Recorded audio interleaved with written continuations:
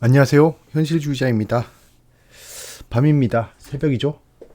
오늘 시장은 좀 어떠셨나요, 여러분? 최근 시장이 왔다 갔다 하고 있습니다. 거기에 특정 종목들이 시장을 좌지우지하고 있어서 상당히 좀 난감하기도 하고 따라가기도 힘든 시장입니다. 거기에 포모를 느끼고 있는 상황이죠. 에코프로를 필두로 그 종목들을 가지고 있는 자와 가지고 있지 않은 자, 양극화가 일어나고 있습니다. 뭐 어쩔 수 없지만 오늘 또 에코프로 관련 종목들의 조정이 왔어요. 제 의견 결론부터 말씀드리면 에코프로가 지금부터 쭉 하락하진 않을 겁니다. 대장주가 그렇게 쉽게 죽진 않습니다. 그 권무 11홍이라고 아십니까? 뭐 이런 카지노 대사인데요. 갑자기 그게 생각이 나더라고요. 열흘 동안 붉을 수가 없다라고 하잖아요. 화무 11홍. 네, 그런 겁니다. 예. 에코프로도 결국 그런 상황이 오겠죠. 그러다 또 쉬다가 다시 점프하고 그렇게 될 겁니다. 그러니까 막 그냥 우주 끝까지 올라가겠다라는 생각보다는 조금은 쉬어가지 않을까라고 한 발짝 물러나서 생각하는 것도 좋을 것 같다라는 의견을 다시 한번 드려봅니다. 자, 지금 미국 증시가 왔다 갔다 해요. 나스닥 보시면 올랐다 떨어졌다 올랐다 떨어졌다 하는데 왜 그런지 아세요? 지금 가장 중요한 뉴스가 이겁니다. 인플레이션 데이터가 발표가 됐어요. 인플레이션 데이터가 발표가 돼서 이게 2년 만에 최저 상승률을 기록했다고 합니다. 그럼 사람들이 이제 연준이 인플레이션 어쩌고 저쩌고 안 하겠네 라고 해서 막 오르다가 다시 지금 떨어지고 있는 거예요. 그만큼 시장의 변동성이 커지고 있는 단계다. 양한 선물도 지금 빨간색이다가 다시 파란색으로 바뀌었죠. 예, 이렇게 움직이고 있습니다. 내일 이거 어차피 종가를 봐야겠지만 내일 시장도 그렇게 녹록하진 않을 것 같습니다. 만약에 지금 상황에서 쭉 그 미국 시장이 하락하고 그 영향이 한국 시장에 온다면 정말 상상도 못할 상상을 완전 불허하는 좀 조정이 올 겁니다. 당분간. 지금 시장의 분위기가 좋으니까 그나마 버티고 있는 거지. 근데 그것도 여러분들이 아시겠지만 대형주만 오르고 소형주는 중소형주는 다 떨어져 버리는 이상한 시장이 눈을 가려버리는 시장이 발생했었잖아요. 오늘 시장을 한번 볼까요? 자, 이제 테스트 방입니다. 이제 현재 여러분들이 다 주무시고 계신 시간이니까 괜히 거기서 이런 걸 하면 잠이 깨질 수 있으니까 제 테스트 공간을 다시 만들었습니다. 자, 시총을 볼까요? 시총을 보면 지금 시총 그 상위 종목들이 떨어졌어요. 예, 뭐 삼성전자는 올랐지만 대부분 떨어졌습니다. 자, 에코프로 BM 많이 떨어졌죠. 에코프로도 거의 뭐 10% 넘게 떨어졌습니다. LNF도 그렇고. 이거는 그 몇 번 말씀드렸지만 2차 전지 관련해서 수급이 빠지면 바이오로 들어갑니다. 이렇게. 이거는 이제 제가 두 번, 세 번 말 안 해도 아시겠죠. 설명을 안 해도 이제 다들 아실 것 같습니다. 이거를 제대로 분석 못하는 사람들이 굉장히 많습니다. 바이오가 올랐는데 오늘 아마 이 바이오 오른 거를 뭐 아마큐에 대한 기대감으로 올랐다 뭐 이런 빼빼한 소리 하는 사람들 되게 많을 거예요. 그냥 수급의 이동이다라는 겁니다. 바이오에 무슨 지금 뚜렷한 호재가 있겠습니까? 자, 그러면 시황을 볼까요? 시황을 보면 자, 코스피는 강보합을 했죠. 강보합을 했습니다. 근데 상승한 종목이 훨씬 많아요. 보이죠? 자, 코스닥은 1% 가까이 떨어졌습니다. 근데 상승한 종목이 더 많아요. 정말 이상한 시장이죠. 예, 정말 이상한 시장이죠. 이런 시장이 이상한 겁니다. 오늘 코스닥이 떨어졌는데, 근데 괜찮은데? 약간 이런 느낌이 드는 시장이죠. 예. 오늘 저 같은 경우에는 제 보유 종목 중에 하나가 상한가를 갔습니다. 간만에 또 상한가네요. 예. T-로보틱스입니다. 제가 그 유망 섹터별로 한 종목씩 가지고 있잖아요. 대표 종목들이 있습니다. 비중을 좀 많이 태운 그 섹터별로의 종목이 있어요. 그 중에 하나가 T-로보틱스인데 얘가 제일 못난이 로봇주였어요. 근데 오늘 또 상한가를 가더라고. 뭐 이러는 걸까요? 예. 이슈가 떴죠, 당연히. 2차 전지 스마트 팩토리에 스마트 팩토리 로봇을 공급한다. 이런 뉴스가 뜬 거예요. 그런 뉴스가 떠가지고 지금 상한가 갔는데 잘 모르겠습니다. 사실 예, 잘 모르겠네요. 얘는 왜냐면 로봇이 갈 때 갔어야 되는데 지금 로봇이 안 갈 때 갑자기 가버리니까 좀 생각이 좀 많아지는 상황이에요. 내일 또 이 상승폭을 그대로 반납하고 떨어질 수도 있어요. 예, 떨어질 수도 있습니다. 그렇기 때문에 뭐 너무 뭐 낙관적으로 생각할 필요는 없고요. 뭐 T-로보틱스 가지고 계신 분들이 많을지는 잘 모르겠어요. 자, 그럼 테마를 볼까요? 자, 건설기계.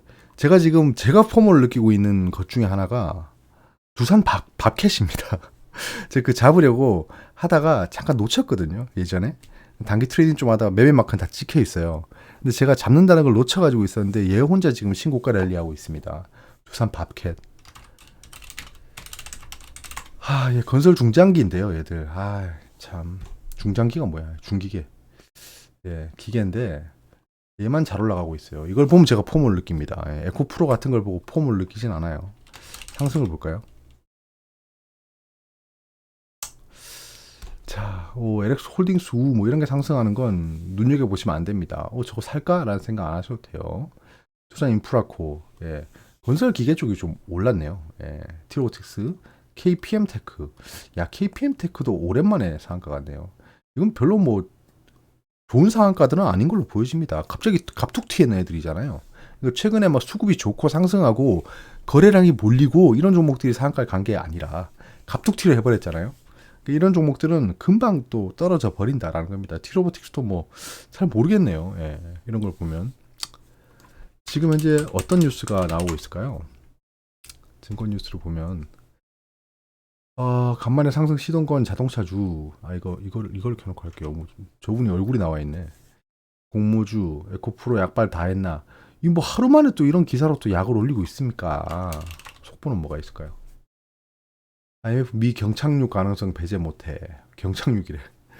1투자사 한국 스타트업의 글로벌 정신 인상적 진출 돕겠다. 지금 스타트업에 대한 얘기를 좀 해보고 싶었는데요. 스타트업에 대한 투자가 굉장히 많이 위축됐습니다. 거기에 SVB 사태가 발생했잖아요. 실리콘밸리 뱅크입니다. 스타트업을 주로 상대하는 은행이 망해버려가지고 지금 스타트업 시장은 완전 뭐 얼어버렸죠. 그런 상황에서 창투사들이 또 조만간 주목을 받을 거다라는 생각이 듭니다. 사태가 점점 완화되고 있잖아요.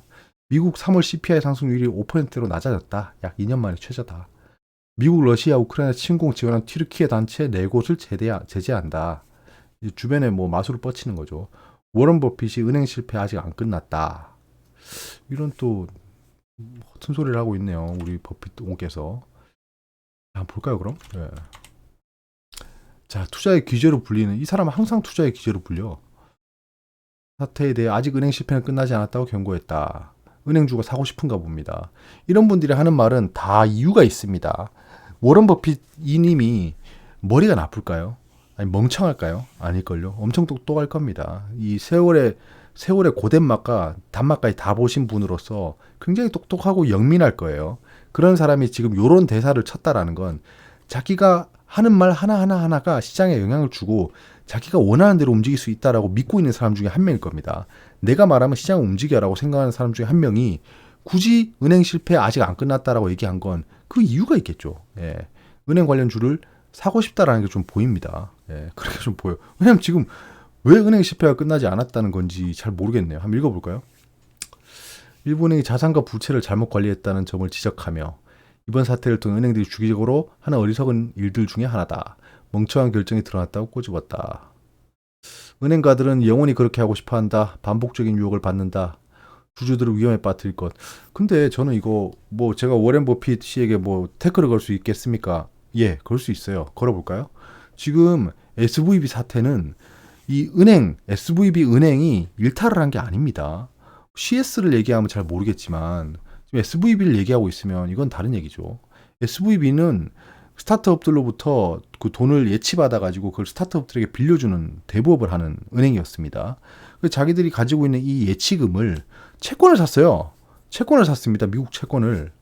그 미국 채권을 샀는데 지금 채권이 완전 폭락해 버려가지고 망한 거죠. 그 상황에서 정말 우연히도 우연을 가장한 필연으로 뱅크런이 발생한 거예요. 그래서 SVB가 망한 겁니다. 근데 요거는 약간 그 CS를 얘기한 듯한 느낌이 들어요.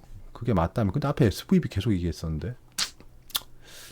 자, 향후 더 많은 은행이 무너질 수 있다고 경고하면서도 불필요한 두려움과 패닉은 경계해. 뭔 소리야 이게. 이것이 자기 손 들어서 자기 얼굴 때리는 느낌인데. 은행이 무너질 수도 있다고 경고하면서도 불필요한 두려움과, 그럼 필요한 두려움은 뭐지? 관리자들의 멍청한 결정을 미국 전체 시민의 공포로 전환할 필요가 없다며 당할 필요 없다. 미국은행 예치한 돈을 잃지 않을 것이다. 뭔 소리야 갑자기. 이를 위해 기꺼이 100만 달러의 판돈을 걸겠다. 이러면 은행이 고의로 망하고 100만 달러 판돈을 가져가면 되지 않나요? 과거 버핏 회장은 은행권 위기 당시 백기사로 나서기도 한 인물이다. 이 얘기는 왜 하는 거야? 요즘 뭐야, 방일이면 스타트업 얘기했잖아 아까. 일본 주식에 투자를 검토하겠다고 밝혔다. 그중에 5대 일본 상사, 이거 5대 일본 상사 가지고 있어요. 7.4%로 확대한 사실도 확인했다. 챗 GPT 등 인공지능 AI 투자할 마음이 있냐는 질문에 그런 마음은 들지 않는다. 시민으로서는 좋겠지만 투자자로서는 다르다.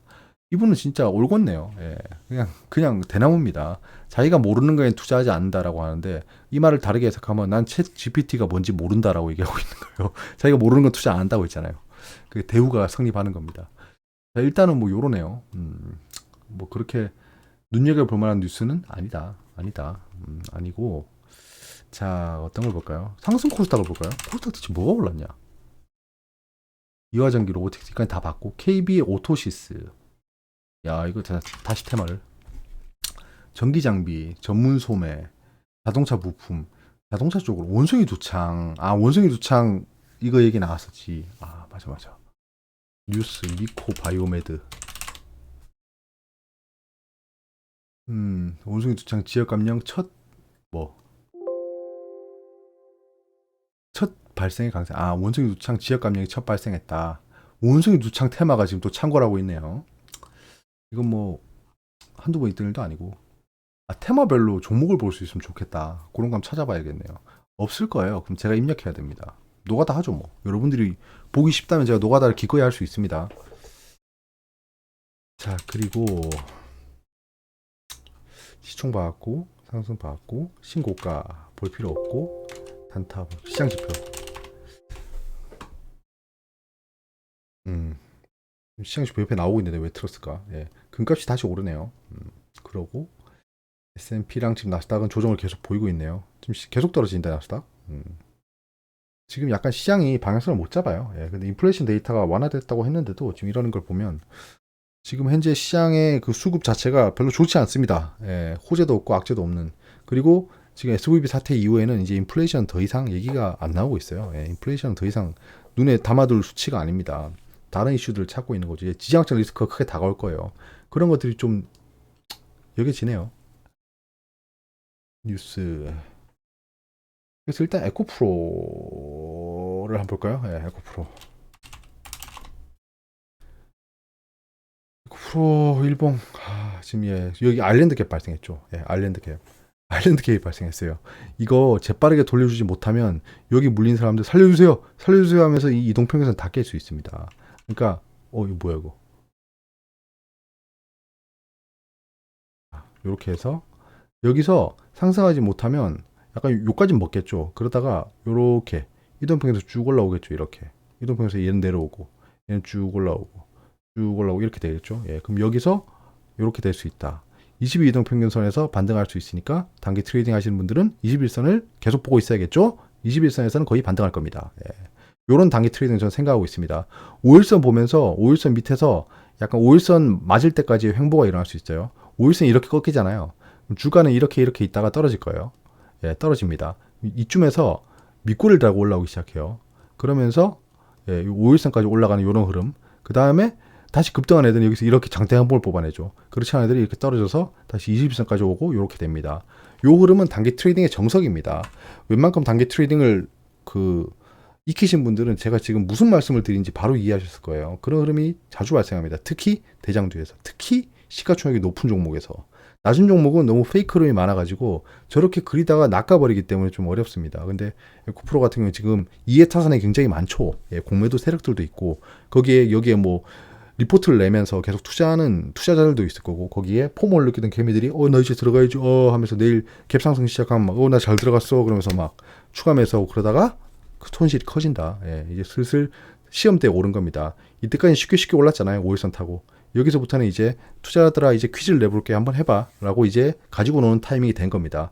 여기서 막 이때까지 올랐는 거에 심취해가지고 샀다 팔았다 하다 보면 수익금 다 날아갑니다. 제가 장담할게요. 그러니까 좀 경거망동하지 마시고 이 시장의 움직임을 가만히 지켜보시기 바랍니다.